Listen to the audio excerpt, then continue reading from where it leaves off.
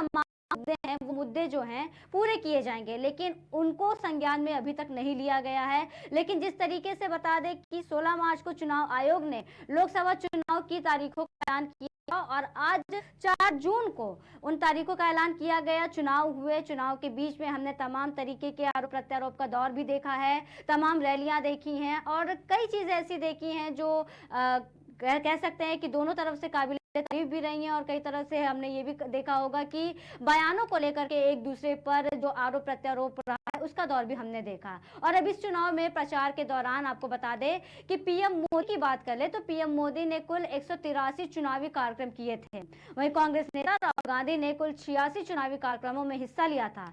वहीं लोकसभा चुनाव के नतीजे आ जा रहे हैं, जहां आपको बता दें कि 2.5 महीने चली चुनावी प्रक्रिया के दौरान हर दल ने मतदाता को पूरी तरीके से लुभाने की कोशिश की है।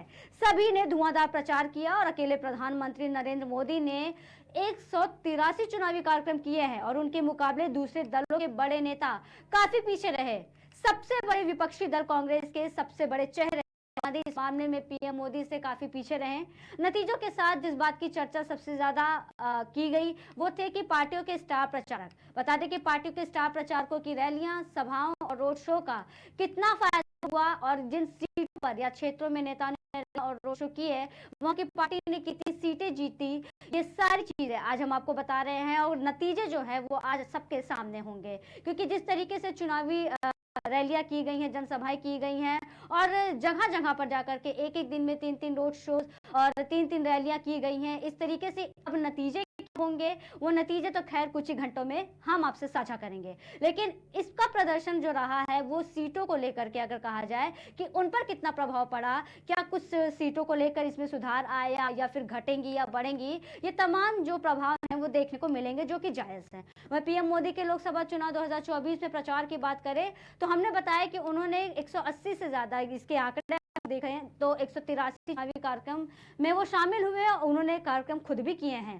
सातवें चरण के प्रचार के अंतिम 2 दिन पीएम मोदी पश्चिम बंगाल और उड़ीसा और पंजाब में रहे थे और इससे पहले उन्होंने साधना भी की थी जो कहीं ना कहीं विपक्ष के लिए एक मुद्दा हुआ नजर आया था। और विपक्ष ने ये सवाल उठाया था कि जब देश को सबसे ज्यादा जरूरत है तब प्रधानमंत्री ऐसे हाइबरनेशन में क्यों चले जाते हैं, साधना में क्यों चले जाते हैं। तमाम तरीके के सवाल वहां पे खड़े किए गए थे कि अगर पूजा करनी है, पाठ करनी है तो आप घर पर भी कर सकते हैं, आप देश और दुनिया से दूर रहकर भी कर सकते हैं, आप उसे कैमरे में क्यों रिकॉर्ड करते हैं। तमाम तरीके की थी वो उठी थी, लेकिन इस पर भी प्रधानमंत्री नरेंद्र मोदी ने उन्हें जवाब दिया। वहीं आपको बता दें कि 24 देशों में हुए कुल 183 चुनावी कार्यक्रम में रैली, जनसभा और रोड शो शामिल है के लिए। जहां पर बात करें 2019 की तो 2019 में इन सीटों या क्षेत्रों में से भाजपा को 121 पर जीत मिली थी। वहीं अन्य दलों के 53 उम्मीदवार जीते थे। वहीं कांग्रेस ने महज 9 सीटें ही जीती थी। इसके अलावा पीएम मोदी ने चुनाव के दौरान केरल, तमिलनाडु, कर्नाटक, पश्चिम बंगाल, बिहार और उत्तर प्रदेश में भाजपा कार्यकर्ताओं से ऑनलाइन संवाद भी किया था। 80 सीटों वाले उत्तर प्रदेश में प्रधानमंत्री ने सबसे ज्यादा फोकस किया है। राज्य भर में पीएम के 29 रैली, जनसभा और रोड शो हुए। इसके बाद भाजपा के स्टार के दौरों में पश्चिम बंगाल भी शामिल रहा। 42 लोकसभा सांसद भेजने वाले प्रदेश, आपको बता दें पीएम ने 20 कार्यक्रमों में हिस्सा लिया।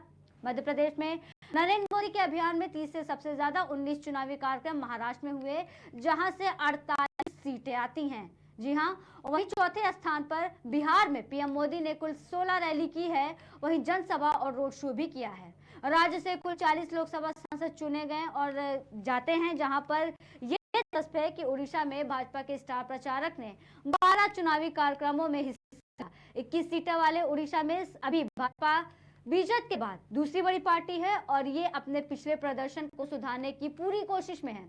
28 सीटों वाले कर्नाटक में 11 तो 29 सीटों वाले मध्य प्रदेश में 10 रैली की गई है, जिसमें जनसभा और रोड शो भी शामिल है। आपको बता दें कि इसके बाद राजस्थान में 9, झारखंड में 8, तेलंगाना की बात कर ले तो 7, गुजरात और तमिलनाडु में 6-6 चुनावी कार्यक्रम किए गए। वहीं कांग्रेस नेता राहुल गांधी भी पीछे नहीं रहे। कांग्रेस नेता राहुल गांधी ने भी जमकर चुनावी रैलियां की, जनसभाएं की हैं। बात कर ले कांग्रेस का नेता राहुल गांधी की तो लोकसभा चुनाव में प्रचार की उन्होंने तो 86 चुनावी कार्यक्रम किए हैं। सातवें चरण के प्रचार के अंतिम दिन कांग्रेस नेता राहुल उड़ीसा और पंजाब में रहे, जहां पर कुल आपको बता दें कि 19 प्रदेशों में 86 चुनावी कार्यक्रमों में रैली, जनसभा, जनसंपर्क सम्मेलन और उनके रोड शो आदि शामिल है। 80 सीटों वाले उत्तर प्रदेश में कांग्रेस नेता ने सबसे ज्यादा फोकस किया। जी हाँ, 80 सीटों वाले उत्तर प्रदेश में ये चाहे सत्ता पक्ष हो या विपक्ष हो, दोनों का ही फोकस जो था वो उत्तर प्रदेश पर रहा, 80 सीटों वाले उत्तर प्रदेश पर। जहां राज्य भर में राहुल गांधी की बात कर लेते हैं तो राहुल गांधी ने 17 रैली, जनसभा, सम्मेलन और रोड शो किए हैं। इसके बाद कांग्रेस के स्टार प्रचारक के दौरों में केरल रहा। 20 लोकसभा सांसद भेजने वाले प्रदेश में कांग्रेस नेता ने 13 कार्यक्रम में हिस्सा लिया। राहुल के अभियान में तीसरे सबसे ज्यादा 8 चुनावी कार्यक्रम महाराष्ट्र में हुए, जहां से 48 सीटें आती हैं। वही बात कल चौथे स्थान की, तो चौथे स्थान पर कर्नाटक में कांग्रेस नेता राहुल ने कुल 6 रैलियां, जनसभा और रोड शो किया, और जिससे कुल 28 लोकसभा सांसद चुने जाते हैं। इसके बाद मध्य प्रदेश और तेलंगाना में 5 चुनावी कार्यक्रमों में हिस्सा लिया। वहीं आपको बता दें कि पूरे चुनाव के दौरान कुछ ऐसे भी राज्य रहे जहां पूर्व कांग्रेस अध्यक्ष ने 5 से कम, आपको बता दें कांग्रेस अध्यक्ष ने 5 से कम चुनावी कार्यक्रम में हिस्सा लिया है। वहीं आपको बता दें कि उड़ीसा और राजस्थान में 3-3 चुनावी कार्यक्रम हैं। वहीं छत्तीसगढ़, गुजरात, हरियाणा, झारखंड, हिमाचल प्रदेश, तमिलनाडु में 2-2 और आंध्र प्रदेश और दमन और दीव में 1-1 कार्यक्रम किए गए हैं।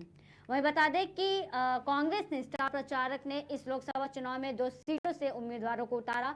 उन्होंने केरल की वायनाड तो उत्तर प्रदेश की रायबरेली सीट से चुनाव लड़ा है।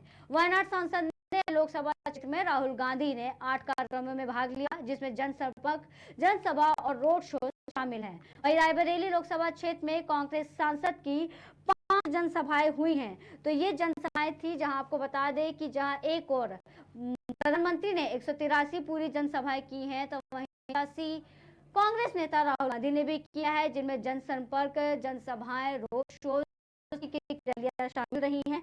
और अब इसका असर किन सीटों पर कितना हो रहा है, ये नतीजे आने पर पता चल जाएंगे। वहीं आपको बता दें कि जिस तरीके से ये जो हवा चली है अब इंडिया अलायंस को लेकर के, तो उसको लेकर के अब ये लगता है कि जो कांटे का ये मुकाबला था वो और भी दिलचस्प होता नजर आ रहा है, क्योंकि पहले तो एक तरफा चुनाव ये लग रहा था, जहां पर ये बताया जा रहा था कि एक तरफा चुनाव है और इंडिया अलायंस का कहीं भी नामो निशान नहीं रहेगा। वहीं आपको बता दें कि अखिलेश यादव की बात कर रहे थे, तो कन्नौज सीट पर सबसे आगे अखिलेश यादव हैं। सबसे अखिलेश यादव सबसे आगे रहे हैं। वहीं खीरी सीट पर बीजेपी जो है वो सपा को कड़ी टक्कर दे रही है, और यहाँ भी सपा सबसे आगे रही है। वहीं बता दें कि पीलीभीत से भाजपा प्रत्याशी जितिन प्रसाद ने अपना बयान दिया है और ये कहा है कि नरेंद्र मोदी के नेतृत्व में का रिकॉर्ड बनेगा। हालांकि ये बयान कितने सच होंगे ये तो वक्त आने पर पता चल जाएगा, क्योंकि जिस तरीके से आंकड़े बढ़ते हुए नजर आ रहे हैं इंडिया अलायंस को लेकर के, इंडिया अलायंस के पक्ष में, ऐसे में लगता है कि ये जो जीत का रिकॉर्ड है ये बयान कहीं झूठा ना साबित हो जाए। लेकिन जितिन प्रसाद ने ये कह दिया है कि नरेंद्र मोदी के नेतृत्व में जीत का रिकॉर्ड एक बार फिर से बनेगा। उन्होंने भाजपा को 2 लाख पार की बात कहकर भाजपाइयों को विजय का संकेत भी दिया। बता दें कि इस दौरान भाजपा जिलाध्यक्ष संजीव प्रताप सिंह, पूर्व विधायक बाबू राम, तमाम नेता लोग रहे जिन्होंने अपने अपने बयान दिए, और उन्होंने कहा कि पूरी बहुमत के साथ इस बार भाजपा फिर से सत्ता में आने वाली है। वहीं बदायूं लोकसभा क्षेत्र की बात कर लेते हैं, तो जहां पहले चरण से ही सपा और भाजपा में सीधी टक्कर नजर आ रही थी। दिन में आपको बता दें कि कुल 11 बजे तक की बात कर ले तो सपा के आदित्य यादव 207 मतों से आगे चल रहे थे। वहीं दुर्विजय सिंह शाक्य को 35,000 से भी मत मिले और वो दूसरे नंबर पर रहे हैं। तो कुछ इस तरीके से अगर अब तक की बात कर ले तो अब तक 1373 मतों की गिनती की गई है। इसमें से 532 लोगों ने नोट किया है। बदायूं लोकसभा क्षेत्र में कुल 11 उम्मीदवार हैं और पसंद किए गए हैं। नोटा का जो निर्दलीय के मुकाबले है वो अधिक मत मिले गए हैं। वहीं आपको बता दें कि रामपुर सीट पर भी सपा सबसे आगे है। पूर्वांचल में सपा का जो परचम है वो लहरा रहा है और सपा सबसे आगे है। बता दें कि रामपुर सीट पर आजम खां गढ़ कहे जाने वाले रामपुर लोकसभा सीट पर सपा प्रत्याशी मोहब्बुल्लाह नदवी सबसे आगे चल रहे हैं। तो हमारे साथ बात करने के लिए हमारे खास गेस्ट भी मौजूद हो चुके हैं। यामिन जी हमारे साथ जुड़ चुके हैं, जिनका मैं बहुत स्वागत करना चाहूंगी। और बात करते सकते हैं कि जिस तरीके से ये जो बयार चल रही है, और राजीव जी का भी मैं बहुत बहुत स्वागत करना चाहूंगी, तो ऐसे में अब क्या लगता है कि क्या हो सकते हैं नतीजे, क्योंकि या तो आर या तो पार। यामिन जी। देखिएगा, आवाज आ रही है मैम? जी बिल्कुल यामिन जी, आपकी आवाज हम तक पहुंच रही है, आप बताइए। इस वक्त का चुनाव का परिणाम जो है, ये सबसे लोगों के लिए है जो लोग एग्जिट पोल पर से विपक्ष का मजाक उड़ा रहे थे। ये लोगों के लिए कि हम तो शुरू से कह रहे थे कि परिणाम जो है वो आने वाले होंगे या गठबंधन के जो है फेवर में, मतलब एक चुपचाप कर रहा है, जो सरकार के खिलाफ आ रहा है वो इंडिया गठबंधन को चला रहा है। अब आप देखिएगा, जिन लोगों ने ईश्वर को भूल गए वो सबसे ज्यादा लोग चुनाव हार रहे हैं। तो ईश्वर की अगर लड़ाई तो वो तकब्बुर और घमंड से हुई है, और हम हमेशा कहते रहे कि जनता का मत सर्वोपरि होगा। लेकिन मैं आपको विश्वास दिलाता हूं, जिस प्रकार से मतदान की काउंटिंग की प्रतिक्रिया धीमी की जा रही है, इसको अगर मतदान की काउंटिंग सही ईमानदारी तरीके से जो चल रही है इसी तरह से चलने दी जाए तो शाम तक ये परिणाम जो है इंडिया गठबंधन के फेवर में जाएंगे और हम सरकार बनाएंगे देश के अंदर। और जो जनता वादे करके आए हैं वो वादे पूरे करने का काम हमारा इंडिया गठबंधन करेगा। जी यामिन जी। राजीव जी, सुना यामिन कादिर ने क्या कुछ कहा है, और अब जिस तरीके के नतीजे सामने दिख रहे हैं, इसकी उम्मीद तो शायद आप लोगों ने नहीं की थी, लेकिन अब क्या लगता है कि अब सांसें तो ऊपर नीचे हो रही होंगी राजीव जी, और अब क्या लगता है कुछ ही घंटों की बात है और नतीजे सबके सामने होंगे। और यूपी की 80 लोकसभा सीटों की बात की जा रही थी, तो यूपी में तो इंडिया अलायंस काफी बहुमत के साथ आगे बढ़ रहा है, लीड कर रहा है राजीव जी। रत्ना जी, सबसे पहले मैं आपको बता दूं कि ये कोई राज्य का चुनाव नहीं है और एक अकेले उत्तर प्रदेश की जीत की ये लोग जो बात कर रहे हैं इससे केंद्र में सरकार नहीं बन जाती। 10 साल की सत्ता के बाद, एंटी इनकम्बेंसी के बाद, ये जो संविधान के साथ तोड़ मरोड़ का जिन्होंने भ्रम फैलाया, उसके बाद भी हम 300 के पार भी हैं। इसको क्या जो कांग्रेस के प्रवक्ता महोदय बैठे हुए हैं वो अनावश्यक ही ले रहे हैं। अभी भी वो ट्रिपल डिजिट में पहुंचे हैं, बावजूद उसके हुंकार में कि हमारा हम टूट गया, जो हमारा घमंड था वो टूट गया। श्रीमान, अभी ये समझिए कि हम अभी पूर्ण बहुमत के साथ सरकार बनाने जा रहे हैं।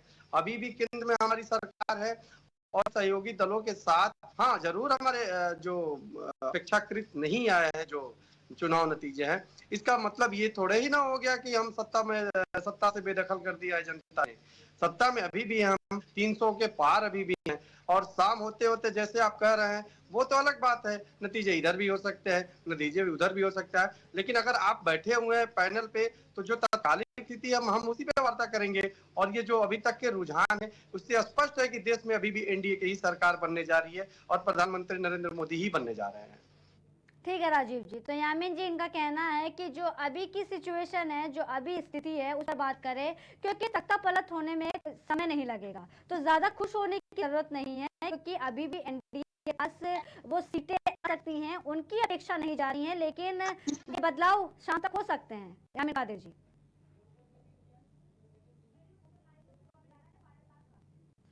यामिन जी, आपको हमारी आवाज आ रही है?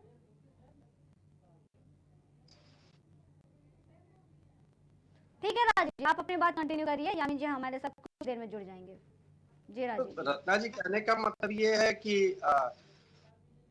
होता है जनता के दिमाग में ये भ्रम फैलाया गया कि संविधान के साथ हम छेड़छाड़ करने जा रहे हैं, हम दलित और पिछड़े वर्ग का जो है वो संविधान से हक छीनने जा रहे हैं। लेकिन कभी भी हमने इन असूलों पे बात नहीं की, कभी तरह की बातें नहीं की। लेकिन कांग्रेस और समाजवादी पार्टी और जो दिल्ली की बातें कर रहे थे, दिल्ली में आज 7 सीटें ये हार रहे हैं, मध्य प्रदेश क्लीन स्वीप हो गया है, ये सिर्फ उत्तर प्रदेश तक ही सीमित क्यों रह गए हैं? आखिर ऐसी क्या बात है कि घूम फिर उत्तर प्रदेश तक ही आ जाते हैं? हाँ, एक राज्य में हमारी सीटें वो भी आप 2-4 सीट ही हम है, इसका मतलब तो ये कतई नहीं है कि जनता ने हमें पराजय खा दिया है। अरे राजीव जी हम अभी हमारे साथ यहाँ कादिर जी जुड़ सरकार हम चुके बनाने हैं। जा रहे हैं। राजीव जी, यामीन जी हमारे साथ जुड़ चुके हैं और वो मुस्कुरा रहे हैं, मुझे लग रहा है वो कुछ जवाब देना चाह रहे हैं। यामीन जी। जी, मैं प्रवक्ता महोदय को बता दूं, जी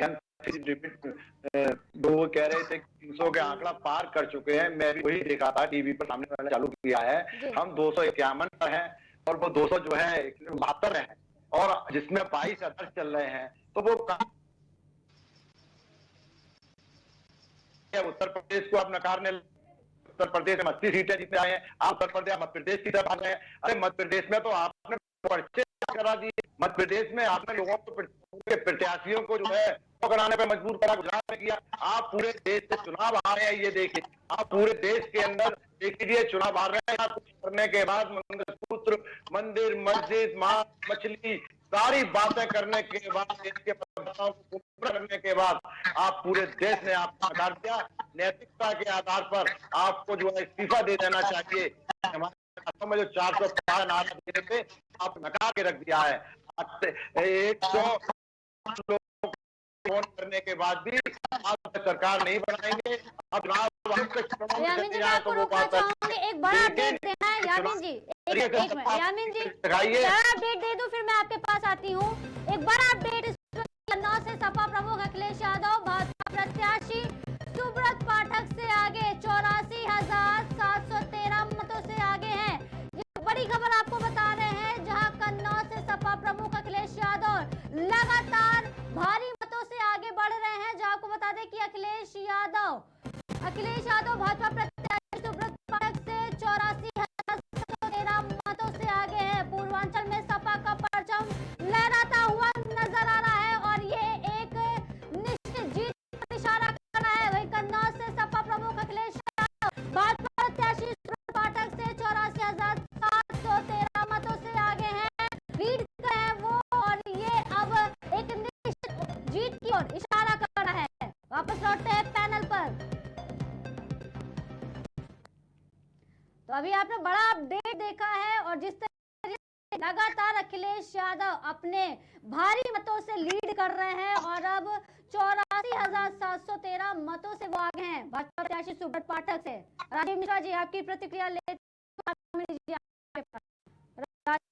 देखिए, चुनाव है, हमारे प्रधानमंत्री भी करीब 1 लाख वोटों से आगे चल रहे हैं।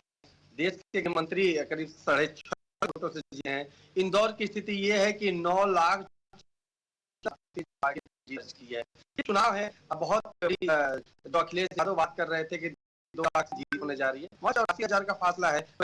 नैतिकता की बात होती है तो चलो, नैतिकता 84,000 हार होती है, मैं मानता हूँ। लेकिन ऐसा भी नहीं है कि ये जो चुनाव है वो एक तरफा क्लीन स्वीप कर दिया गया। अरे अभी भी हम उत्तर प्रदेश में बराबरी पर खड़े हैं। अभी भी हम उत्तर प्रदेश में ऐसी स्थितियां नहीं बनी है जहाँ से हमारी बहुत बुरी हार होने जा रही है। और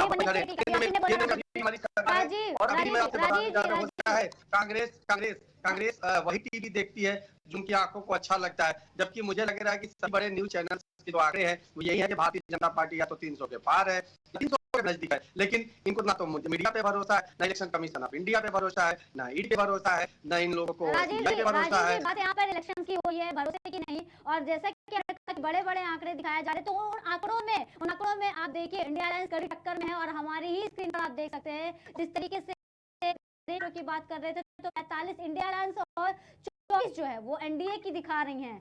तो ये तो ठीक है, बात का परिणाम क्या होगा। लेकिन अभी आपने खुद कहा कि अभी करंट सिचुएशन पर रहकर बात करते हैं, तो सिचुएशन उसको तो आप नजर नहीं कर सकते ना राजीव जी, क्योंकि यही तो आखिर दिखाएंगे कि जीत किसकी हो रही है।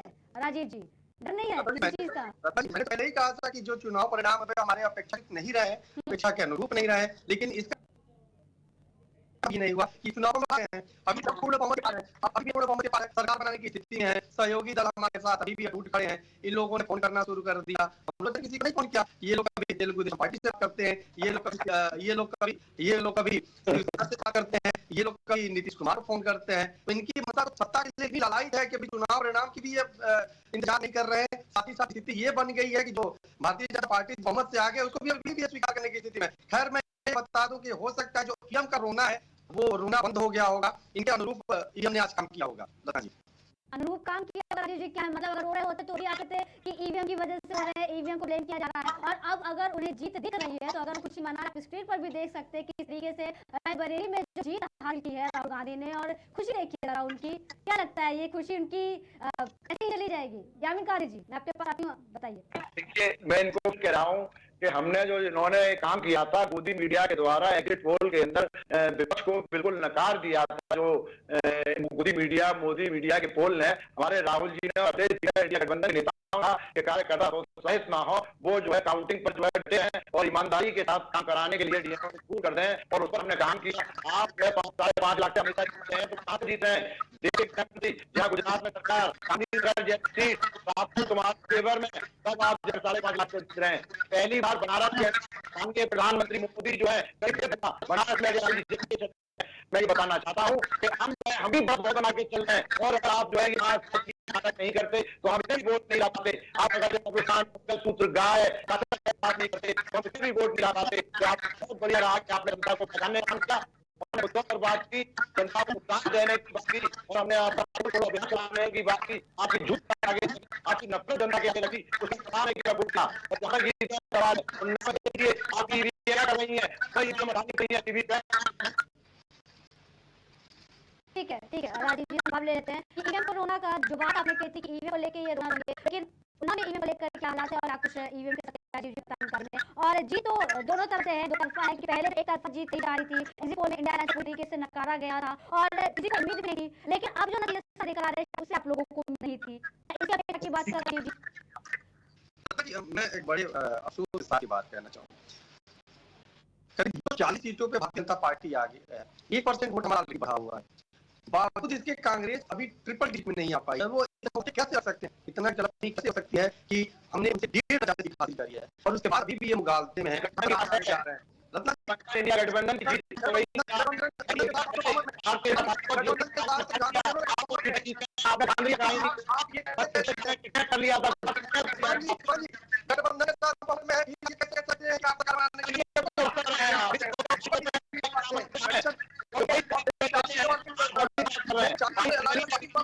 कर लिया था ये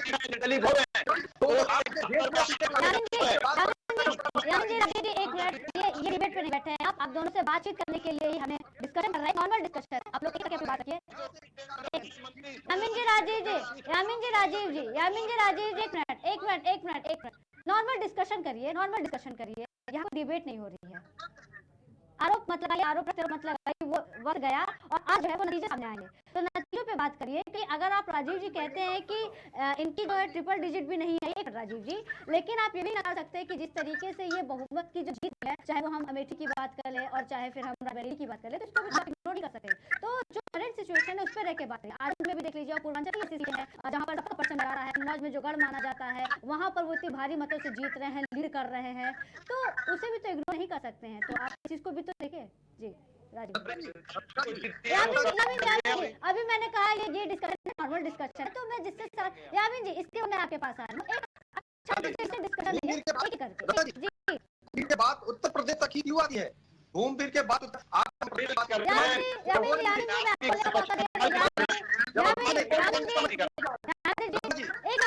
बता दूं, मैं एक करके मौका दे रही हूँ, ये डिबेट नहीं है, मैं फिर से आपको बता दूं ये डिबेट नहीं है, एक एक करके मैं मौका दे रही हूँ, एक एक करके बोलिए, एक दूसरे को परेशान मत करिए, ठीक है राजीव जी। रत्ना जी, घूम फिर के बाद उत्तर प्रदेश तक ही क्यों आती है? कुल मिला जुला के ऐसा नहीं है कि वहां से हम सत्ता से बेदखल कर दिया है। हाँ, 2-4-5 सीटें आपसे कम है, 10 सीटें कम है, इसका मतलब ये नहीं है। लेकिन मध्य प्रदेश, दिल्ली, गुजरात, आप क्यों नहीं बातें करते? ऐसा क्यों है कि वहां भूल जाते हैं कि वहां की स्थिति में है? वहां बात के तो आप कहते हैं मशीनरी का दुरुपयोग किया गया, बड़े भोलेपन का उपयोग किया गया, लेकिन आप उत्तर प्रदेश में जब आते हैं तो कभी यही नहीं कहते हैं कि दलितों को गुमराह किया आपने और सारी मशीनरी आपने दुरुपयोग करने का आरोप लगाया, आपने जनता को धोखा, आपने झूठ छल बोल के वोट पाया है, दलित को ये कह के आपके संविधान के साथ छेड़छाड़ की जाएगी। लेकिन जब यही बात आती है मध्य प्रदेश में तो आप कहते हैं कि नहीं, ये हम से छेड़छाड़, प्रशासन के साथ छेड़छाड़ की गई है। कुल मिला जुला के आपकी जो हताशा है, राजीव जी, मैं आपको ये रोकना चाहूंगी, एक बड़ी खबर आई है, बता देते हैं अपने दर्शकों को, ये बड़ी खबर आज पढ़ते हैं, ना बताते कि सपा प्रत्याशी धर्मेंद्र यादव बहुपक्षी दिनेश लाल यादव से 91,580 मतों से आगे हैं। जी हाँ, बड़ी खबर स्क्रीन पर आप देख सकते हैं कि धर्मेंद्र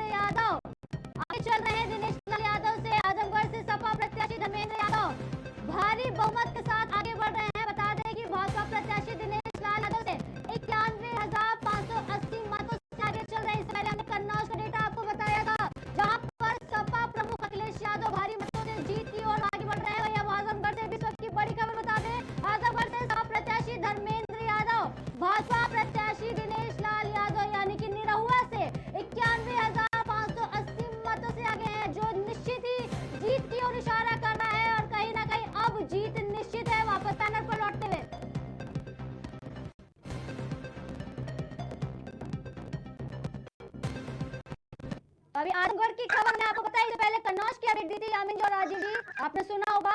बड़े बड़े मतों से, बड़े बड़े जो ये डेटा के डिफरेंस है, काफी भारी मतों से जीत जो है अब सुनिश्चित होती हुई नजर आ रही है। दिनेश लाल यादव से सपा प्रत्याशी धर्मेंद्र यादव आगे है, 91,580 मतों से आगे हैं। राजीव जी, देखिए 10 साल की एंटी इनकम्बेंसी क्या होती है, इसका बड़ा दर्द जानती होगी कांग्रेस। 10 साल के इनकम्बेंसी के बाद मनमोहन सरकार जिस प्रकार पराजित हुई थी, इतिहास गवाह है। लेकिन 10 साल बाद भी हम इतनी एंटी इनकम्बेंसी पूरे भारतवर्ष को लेकर जमा करने के बाद, गठबंधन बनाने के बाद भी सत्ता से दूर है। लेकिन यहाँ तो यही लगता है कि भाजपा को सबक सिखाया गया। अरे भाजपा अभी भी पूर्ण बहुमत में है, सरकार बनने की स्थिति में है, लेकिन इसके बाद भी अगर इनका भ्रम है तो कोई इलाज है रत्ना जी का। अभी भी इनको लगता है कि जनता ने बड़ा प्यार दुलार दिया। ठीक है, उत्तर प्रदेश में हमारे सीट नहीं आए, हमारा प्रदर्शन बहुत अच्छा नहीं रहा, लेकिन अभी भी भारतवर्ष में सिंगल पार्टी सबसे बड़ी पार्टी है 240 सीटों के साथ। इसका मतलब ये जो पार्टी ट्रिपल डिजिट में भी नहीं पहुंच पाती है, वो हमको सबक सिखाने की बात करेगी। ये कहां तक सही है रत्ना जी? कहां तक ये तार्किक है कि इस मुद्दे पे कांग्रेस पार्टी बात करने जाएगी, जबकि 10 साल एंटी इनकम्बेंसी के बाद भी हम बड़े मजबूती के साथ खड़े हैं, 240 सीट के साथ खड़े हैं। हाँ, जरूर है कि जैसे अपेक्षा की थी वैसी अपेक्षा के अनुसार हमारी सीटें रहेंगी, लेकिन ऐसा तो है नहीं कि हम सत्ता से दूर हो गए, हमें प्रधानमंत्री को नकार दिया गया। अभी भी हम मजबूती के साथ खड़े हैं और पुनः मैं बता रहा हूँ, शाम होते होते हम सरकार मजबूती के साथ बनाने के पक्ष में खड़े होंगे। जनता ने तो आशीर्वाद दिया है, एक बार पुनः सरकार बनाने जाएंगे। ठीक है राजीव जी, लेकिन कहीं ना कहीं आप एक बात मानते हैं कि जो पहले का नारा 400 प्लस वो नारे में कहीं ना कहीं अब वो नारे घट गए हैं, 400 से 400 अब नहीं रह गए हैं। क्या लगता है कि किस तरीके से कमियों की बात करते हैं, आप विपक्षी कमियों को गिना रहे थे, अब क्या लगता है कि आपने कहा कि हो सकता है कि हमारे कामों में कोई कमी रही, क्योंकि अब तक तो आपके कामों में कोई कमी नहीं थी, फिर चाहे उत्तर प्रदेश की भी सीट क्यों ना हो, तो आपके सारे काम थे, आपने 10 सालों के कार्यकाल को गिनाते थे, तो अब ऐसी कौन सी कमी, क्योंकि आपने अभी बोला कि हम शायद वो काम नहीं कर पाए जिसकी वजह से शायद उत्तर प्रदेश में अच्छा प्रदर्शन नहीं रहा। राजीव जी, आपकी सवाल, आपकी बात हर पार्टी की व्यक्तिगत महत्वाकांक्षा होती है, हर राजनीतिक दल की भी महत्वाकांक्षा होती है। राजीव जी, इंडिया अलायंस की बात कर ले, जो राहुल गांधी का जो फोकस रहा है या इंडिया अलायंस का जो फोकस रहा है वो उत्तर प्रदेश की 80 सीटों पर रहा है। नरेंद्र मोदी की जो फोकस की बात कर ले, उनका भी 80 सीटों पर फोकस हमेशा से रहा है। तो अब ये बात करके कि उत्तर प्रदेश की सीटों के सेंटर में हमारी सरकार आ रही है, ये सारी चीजें हैं, हमारा काम अच्छा नहीं है, कई डिबेट्स हमने किए हैं जिसमें जो भाजपा के लोग उन्होंने तो ये दावे के साथ कहा था कि हमने काम किए हैं, और अब ये कहना शायद हमसे ही कुछ गलती हुई, हमसे ही कोई कमी हुई है, ऐसा क्यों? राजीव जी, मैं आपको बात बताऊं, मैंने बताया कि व्यक्तिगत महत्वाकांक्षा होती है। कांग्रेस पार्टी भी 300 प्लस के बड़े जोर समर्थन करते थे कि 300 प्लस हम भी जाने जा रहे हैं, और व्यक्तिगत जो उनकी महत्वाकांक्षा थी उनके अनुसार हम 150 सीटों पर सिमटने जा रहे थे। तो चलो हमारे 400 पार नहीं हुए, हमारी महत्वाकांक्षा तो वो पूर्ण नहीं, लेकिन कांग्रेस पार्टी जो 295 से लेकर 330-40 तक का ख्वाब कर रही थी, वो कहाँ पूर्ण होगा? ये बात उनसे भी एक बात पूछी जानी चाहिए कि अभी तो लार्जेस्ट पार्टी है, बहुमत का रुझान जो है वो बहुत तरफ इशारा दे रहे हैं, लेकिन वो जो महत्वाकांक्षा लेकर चले थे उनका कहाँ तक वजूद है? ठीक है राजीव जी, रामीन जी, आप फिर जैसे कुछ कहना चाह रहे थे, इनका कहना है कि जिस तरीके से आपके दावे थे कि 150 तक सिमट जाएगी और आपका भी था कि आप 300 प्लस जाएंगे, तो अब इन दावों का जो फेरबदल है उसको कैसे देखते हैं आप यामिन जी? क्योंकि बीजेपी ये कहती है कि अभी भी उनके पास वो बहुमत है जिससे वो सरकार बना सकते हैं। यामिन जी, यामिन जी, आपको हमारी आवाज आ रही है? ठीक है, तो राजीव जी आपसे इस पर आपकी प्रतिक्रिया लेते हुए जी रत्ना जी, जी, तो किस तरीके के अब दावे हैं और अब क्या नजरिया है भाजपा के लिए, भाजपाइयों के लिए? नजरिया स्पष्ट है, हमने पूर्ण बहुमत प्राप्त किया और हम सरकार बनाने जा रहे हैं। 5 साल के लिए पुनः नरेंद्र मोदी प्रधानमंत्री बनने जा रहे हैं, और ये जो बिखिया ठगबंधन था, जिन्होंने जनता को गुमराह किया, चलो सीटें कम आई, लेकिन उनके गुमराह करने के बावजूद भी हम सत्ता में 10 साल बाद मजबूती के साथ पुनः काबिज होने जा रहे हैं। ये एक बहुत बड़ा हमारे लिए हिम्मत दे रहा है, और पुनः उसी ऊर्जा के साथ पुनः उस चुनावों में आएंगे, और ये जो ठगबंधन है इनको पुनः भारतीय जनता पार्टी ऐसे ही जनता का मांगा, चलो मिला भी, लेकिन आगे बहुत सबक सिखाएगी। क्या राजीव जी, लेकिन अगर हम एक की बात, क्योंकि विपक्ष बार बार ये कहता है कि जो वो चेहरा है जिस मुद्दे पर लोगों से वोट मांग रहा है, जनता को कोशिश कर रहा है, क्योंकि अयोध्या की भी बात कर ले, अयोध्या में भी कुछ खास प्रदर्शन अभी नजर नहीं आया है भाजपा का, तो वहां क्या है कि क्या फेस वैल्यू थी जो प्रधानमंत्री नरेंद्र मोदी की फेस वैल्यू थी, क्या राम मंदिर, क्योंकि जिस तरीके से अब वहां का प्रदर्शन, अयोध्या में तो ये उम्मीद नहीं थी। जी जरूर, मैं तो स्वीकार हूं कि अपेक्षाकृत हमारे अनुमान है वो नहीं है, लेकिन कभी बात दिल्ली के अरविंद केजरीवाल ने कहा था कि हम तो 7 सीट जीतने जा रहे हैं, वो दिल्ली छोड़ के उत्तर प्रदेश के तरफ ध्यान दे रहे थे, पंजाब में ध्यान दे रहे थे, लेकिन दिल्ली की 7 सीटों का क्या हाल हुआ है? कभी बात उस पर की नहीं थी। मध्य प्रदेश में ये लोग इतने मुगालते में थे कि इन्होंने कभी ध्यान ही नहीं दिया। गुजरात में इन लोगों को पहले से ही लगता है कि चलो मशीनरी खराब हो सकती है वहां पे, क्योंकि अमित शाह चुनाव लड़ रहे हैं इसके वजह से। तो कहने का मतलब ये है कि चलो उत्तर प्रदेश तक ही हमारी चुनाव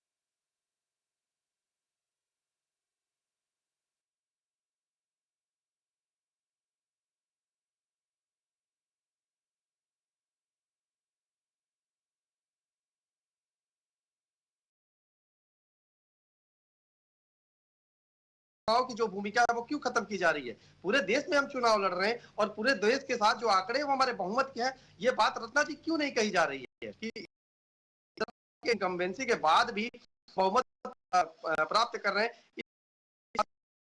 आखिर इस बात में माना जा रहा है कि जनता का विश्वास अभी भी हमारे ऊपर कायम है। आपका भी है ना जी, 41 दलों का गठबंधन तो यहाँ पर भी है ना रत्ना जी, हमने 41 दलों का गठबंधन जरूर किया था, लेकिन समान भागीदारी के साथ, और हमने अपना नेता है जो हमारा प्रधानमंत्री का उम्मीदवार है वो पहले ही तय कर दिया हम किसी असमंजस की स्थिति में राष्ट्र को डालने नहीं जा रहे थे कि चुनाव के बाद बदलती स्थितियों के अनुसार कौन प्रधानमंत्री होगा, क्या होगा। हम तो उस चेहरे के साथ ही आज पिछले 10 साल से चुनाव लड़ रहे हैं और पुनः उसी चेहरे के साथ चुनाव लड़ रहे हैं। इन्होंने तो यहाँ तक भेद फैलाया कि भाजपा की आंतरिक चीजों का हमने अध्ययन कर लिया है, योगी आदित्यनाथ को हटा दिया जाएगा मुख्यमंत्री पद से और उत्तर प्रदेश की राजनीति में बहुत बड़ी फेरबदल होने जा रही है। लेकिन इसकी स्थिति अभी ये हुई है कि जो ये कल्पना करके चलाए थे कि 320, 325, 330 हम जा रहे हैं, लेकिन अभी भी ये मान के चलिए सत्ता से कोसों दूर है।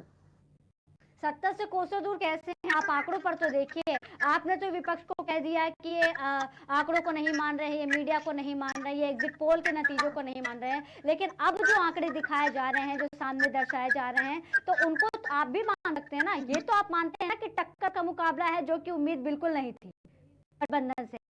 ये आप लोगों की तरफ से ये आरोप लगा था कि 5 साल की मेहनत और 5 महीने की मेहनत को आंका नहीं जा सकता है।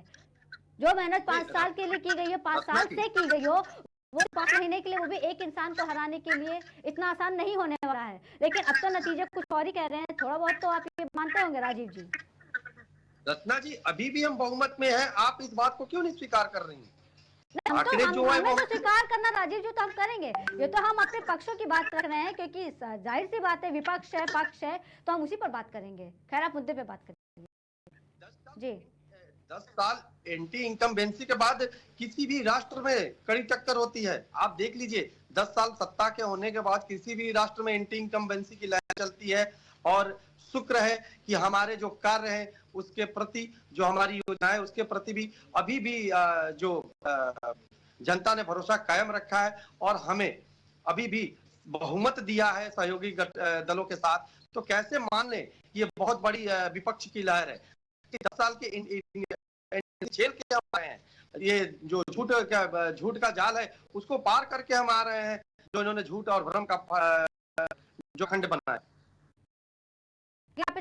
के साथ ये बात कैसे कह सकते हैं कि ये झूठ का ही जाल है, और जिस तरीके से ये जनता को झूठे जालों में फंसा रहे हैं। और जनता की बात आप कर रहे हैं, और दूसरी तरफ आप ये भी कह रहे हैं कि कहीं ना कहीं जो जनता की बात कर रहे हैं आप। तो चलिए ठीक है, एक आखिरी सवाल ले लेते हैं कि जनता की ही बात आप कर रहे हैं, तो ये बताइए कि जो आप ही ने अभी ये बात कही है कि कहीं ना कहीं अगर यूपी की बात करें तो वहां पर कुछ चीजों को लेकर के आप सफल नहीं हो पाए हैं, कुछ कामों में आप लैग कर गए हैं।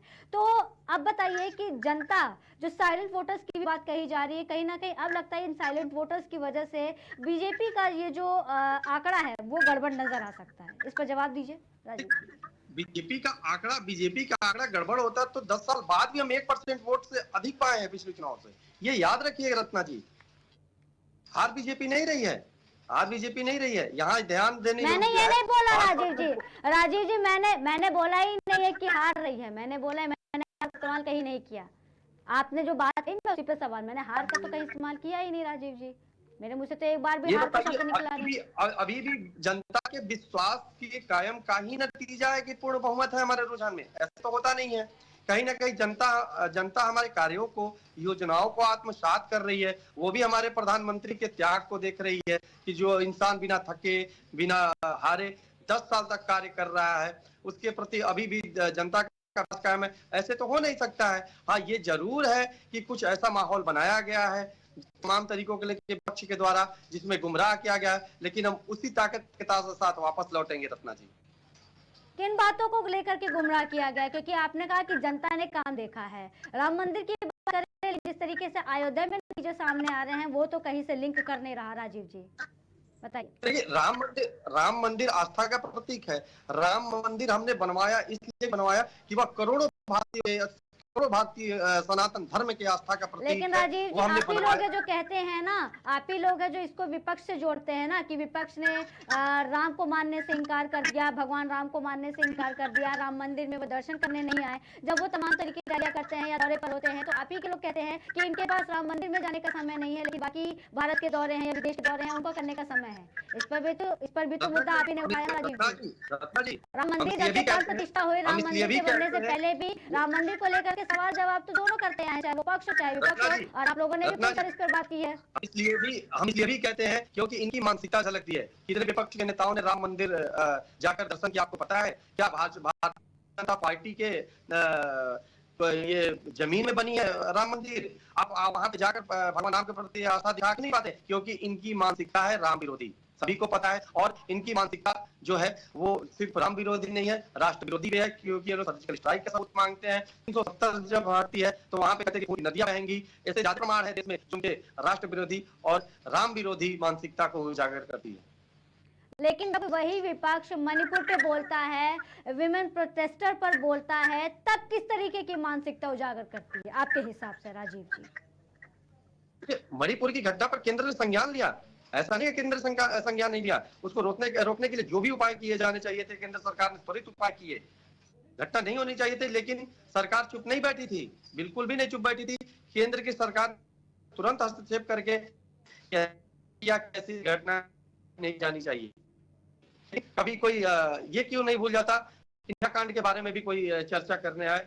उसी निर्भया कांड के विरोध में कांग्रेस के शासनकाल के बाद अरविंद केजरीवाल के आम आदमी पार्टी का गठन होता है, और यह कह के कि कांग्रेस को अगर कोई हरा सकता है तो आम आदमी पार्टी हरा सकता है। आज की तारीख में उसी आम आदमी पार्टी का कांग्रेस के साथ गठबंधन इसलिए भी होता है ताकि हम सत्ता के लालच को जो है वो बरकरार रख सके, सत्ता हमसे बाहर न जाए। लेकिन राजीव जी, आपने ठीक है, आपने निर्भया कांड की बात की है, वो तो खैर था, जो ऐसी चीजें थी वो केस जिससे पूरा देश अभी तक उबर नहीं पाया है। लेकिन जिस तरीके से महिला रेसलर्स के साथ हुआ है, उस पर क्या हुआ है? जिनके ऊपर आरोप लगा था राजीव जी, उनके बेटे कैसरगंज लोकसभा सीट से टिकट दे दिया जा रहा है, और फिर उसके बाद चुनाव खत्म होते ही और अभी हादसा हुआ था, काफिले की गाड़ी ने ही 2 लोगों की जान ले ली थी, 2 युवकों की जान ले ली थी। उस पर तो अभी तक कुछ नहीं हुआ, ड्राइवर को खाली अरेस्ट किया गया है, लेकिन अभी तक सामने कोई कुछ बोला है क्यों नहीं सामने निकल कर आया है? चाहे वो फिर बृजभूषण शरण सिंह हो या उनके बेटे हो, किसी ने एक जिम्मेदारी क्यों नहीं ली? सामने से किसी की तरफ से कोई जवाब क्यों नहीं अभी तक मिला राजीव जी? देखिए रत्ना जी, हमारे देश में प्रत्येक दिन करीब लाखों जाने जाती हैं रोड एक्सीडेंट में। ये अलग दुर्भाग्य है कि वह कैसरगंज के प्रत्याशी की काफिला थी, और मैं बड़े विनम्र भाव से मृत आत्मा को श्रद्धांजलि देता हूं। लेकिन कार्रवाई की गई है, उस गाड़ी को जब्त किया गया है और चालक के विरुद्ध अभियोग पंजीकृत किया गया है। ये किसी बयान का मुद्दा नहीं है। हमने कार्रवाई जो की थी वो कार्रवाई हुई है। साथ साथ में अगर कैसरगंज के प्रत्याशी की गाड़ी होती तो उन पर भी कार्रवाई हुई होती, उसके ड्राइवर पर कार्रवाई होगी। मुझे लगता है कि क्यों इस बारे में बात नहीं होती। लिखा हुआ था वो काफी नहीं था राजीव जी, अरविंद गाड़ी पर पुलिस स्क्वाड लिखा हुआ था वो काफी नहीं था। प्रशासन की गाड़ी है, पुलिस की गाड़ी है, काफिले की गाड़ी है, उस पर लिखा हुआ था वो, तब तो मामला संज्ञान में लेना चाहिए था। रत्ना जी, मैं कह तो रहा हूँ कि अभियोग पंजीकृत हुआ, साथ साथ में गाड़ी को जब्त किया गया। ये क्या कार्रवाई का नतीजा नहीं है? इसके अतिरिक्त कौन सी कार्रवाई की जाती है रत्ना जी रोड एक्सीडेंट में, आप मुझे बताएंगे कभी? जी राजीव जी, आप किसी गाड़ी से एक्सीडेंट होने के बाद जो कार्रवाई होती है वो क्या होती है, आप मुझे कभी बताएंगी? ये आप बताइए ना, क्योंकि जनता से तो आप ही पूछ रही हैं ना, जिस तरीके से ये हादसा हुआ उसके बाद से मुकदमा मामले को संज्ञान में और लेने गाड़ी में जब्त इतना की वक्त जाती है। क्यों लगा? ये सभी कार्रवाई की गई। अब गाड़ी के पीछे सांसद प्रत्याशी लिखे जाने का मतलब ये नहीं हुआ कि सांसद ने जानबूझ के वो गाड़ी चढ़ा दी, वो सांसद हत्यारा है या सांसद प्रत्याशी हत्यारा है। जो कार्रवाई होनी चाहिए थी नियमानुसार वो कार्रवाई हुई है। लेकिन मुझे ये समझ में नहीं आया कि अरविंद केजरीवाल के घर में स्वास्थ्य विभाग की गिरफ्तारी अरविंद केजरीवाल बयान देने नहीं आए, ये मुद्दा क्यों नहीं बना? ये बात क्यों नहीं कही गई कि अरविंद केजरीवाल का क्या भूमिका था?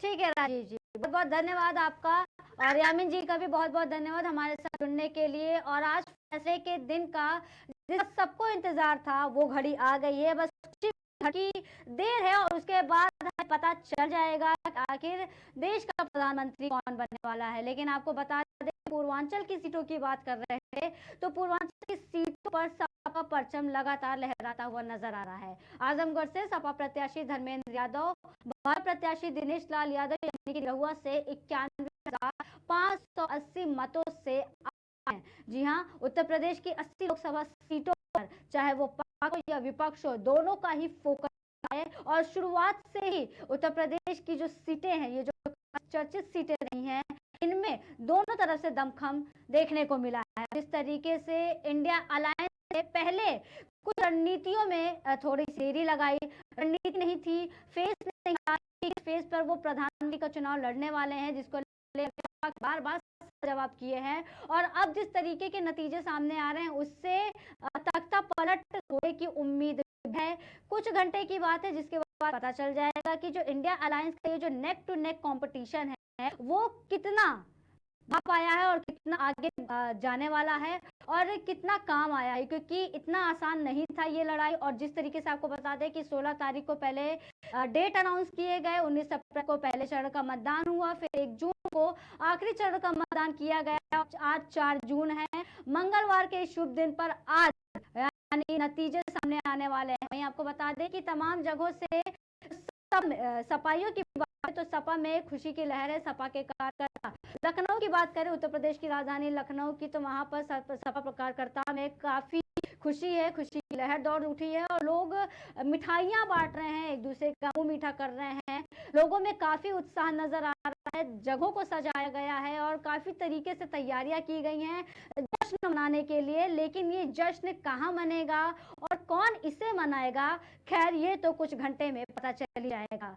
तो चुनाव के नतीजे और कौन प्रधानमंत्री पर हमारी खास नजर रहेगी। फिलहाल के लिए हम लेते हैं एक छोटा सा ब्रेक।